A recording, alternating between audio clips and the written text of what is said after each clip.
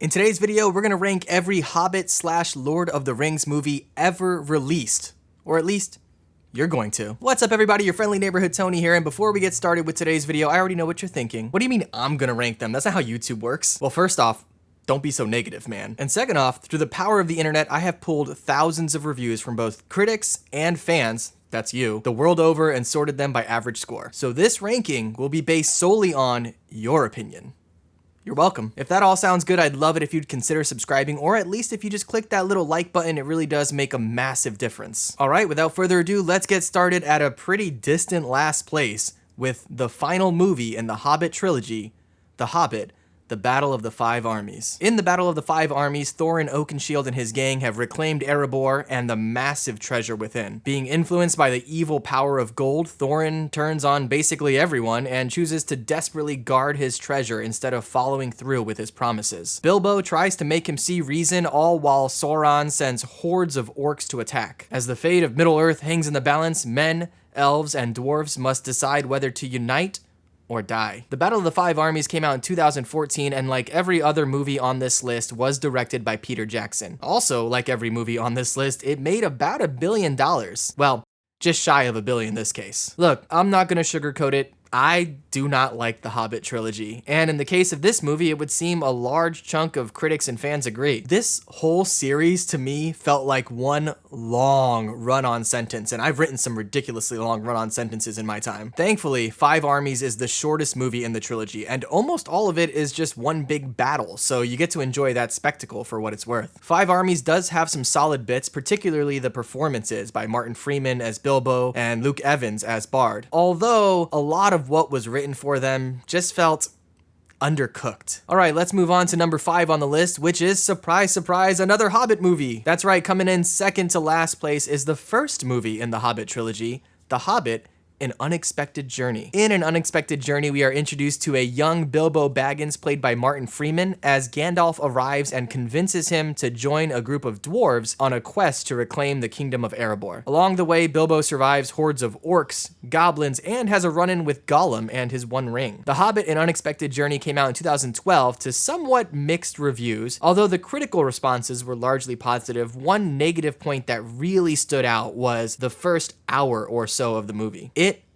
absolutely crawled. Oh my god, seriously, for the first hour plus, I was worried. It's just a hobbit and some dwarves sitting around eating and singing songs. Thankfully, it picks up from there, but man, I was just about to check out at that point. If I had to pick a favorite bit or scene from this movie, it would absolutely be Bilbo's encounter with Gollum. That just felt so much like classic Lord of the Rings, and it's definitely what I remember most when I think back to this movie, or really the entire Hobbit trilogy. Speaking of the entire trilogy, wanna guess what came in 4th place, making a clean sweep of the lower half of this list? If you guessed the only remaining Hobbit movie, you win, congratulations! That's right, coming in at number 4 is The Hobbit: The Desolation of Smaug. In The Desolation of Smaug, Bilbo and his new dwarven crew plus Gandalf continue east, where they run into a fair bit of trouble with some giant spiders, eventually running into some familiar elves. They later make their way to Lake Town and the Lonely Mountain, where they face off against the giant dragon Smaug, played by Benadryl Cumberbatch. This movie is by far the best movie in the Hobbit trilogy, but I feel like that's often the case with movie trilogies, since the second movie generally has the most plot development. Either way, you do get a fair bit of that and some killer action sequences, and you get to see some familiar faces, which can be fun, but it can also teeter on the edge of pandering, I feel. This movie and the sequel often do that thing where they just have an old character show up for no real reason other than to just have you point at the screen and say, hey,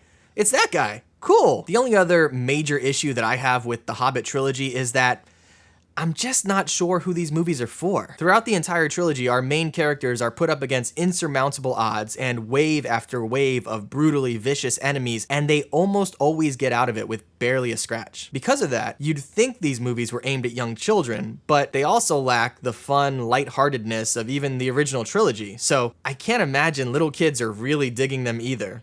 I just don't know. Okay, that's it with the negativity. Let's move into the top 3 Lord of the Rings / Hobbit movies of all time. Before we do though, I should let you know I'm gonna post links to both the Hobbit and the Lord of the Ring trilogies on Blu-ray in the description below. I just recently bought the Lord of the Rings trilogy on hella sale, so definitely check those links if you're looking to scoop either set up. All right, coming in at number 3 is perhaps surprisingly the third movie in the Lord of the Rings trilogy, The Lord of the Rings, The Return of the King. The Return of the King was released in 2003 and is both the highest grossing movie on this list and the longest, clocking in at 3 hours and 20 minutes. Ay Dios mío. In The Return of the King, Sam and Frodo reach Mordor and attempt to destroy the One Ring by throwing it into the fires of Mount Doom, all while Aragorn leads the forces of good against Sauron's evil army. At this point in the list, I feel like we're really splitting hairs. All three of these movies are masterpieces. The scope and scale of this particular movie are unparalleled. Peter Jackson pulls out all the stops and really pours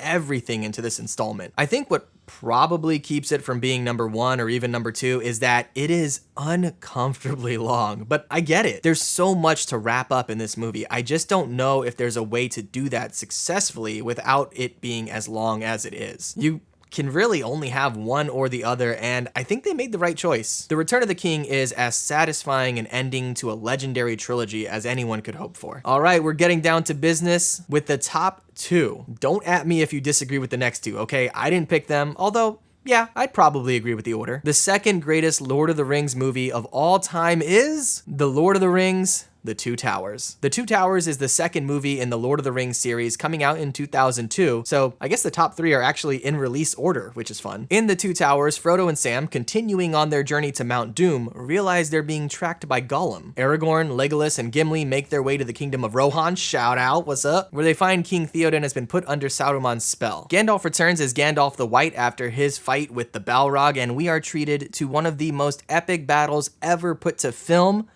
the Battle of Helm's Deep. This movie is a bit slower paced, I feel, than the other two movies in the series, but it never feels boring. Instead, you know the whole time that something major is coming, and oh boy, does it ever. To this day, the battle in this movie, Helm's Deep, is still looked at as one of the most significant accomplishments in film. Whenever a show or a movie has some kind of epic battle filmed, they always compare it to Helm's Deep. Just think about the Battle of the Bastards in Game of Thrones. How many reviewers did you see comparing that to Helm's Deep? It's become a measuring tool for greatness, and if that doesn't justify it being near the top of the list, I just don't know what does. Okay, before we get to the very best Lord of the Rings / Hobbit movie of all time, if you've enjoyed this video, do me a solid, hit that little like button. It actually makes a massive difference. And if you want to see more videos just like this, consider subscribing. Coming in at number one, the greatest Lord of the Rings / Hobbit movie of all time is The Lord of the Rings, The Fellowship of the Ring. I guess you could say we've gone there and back again. In The Fellowship of the Ring, we are introduced to an ancient and corrupting artifact, as well as powerful and evil forces in their unrelenting search for it, and an unassuming little creature whose calling it becomes to carry that artifact deep into the heart of evil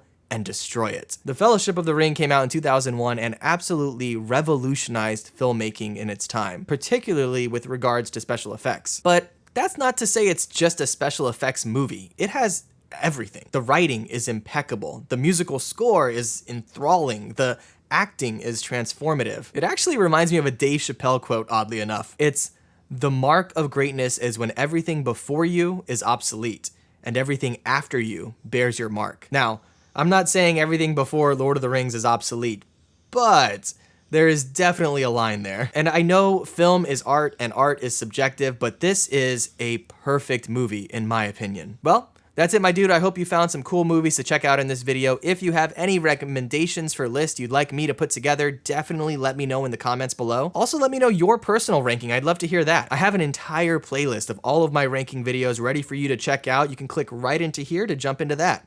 Otherwise, I'll see you in the next one. Be good.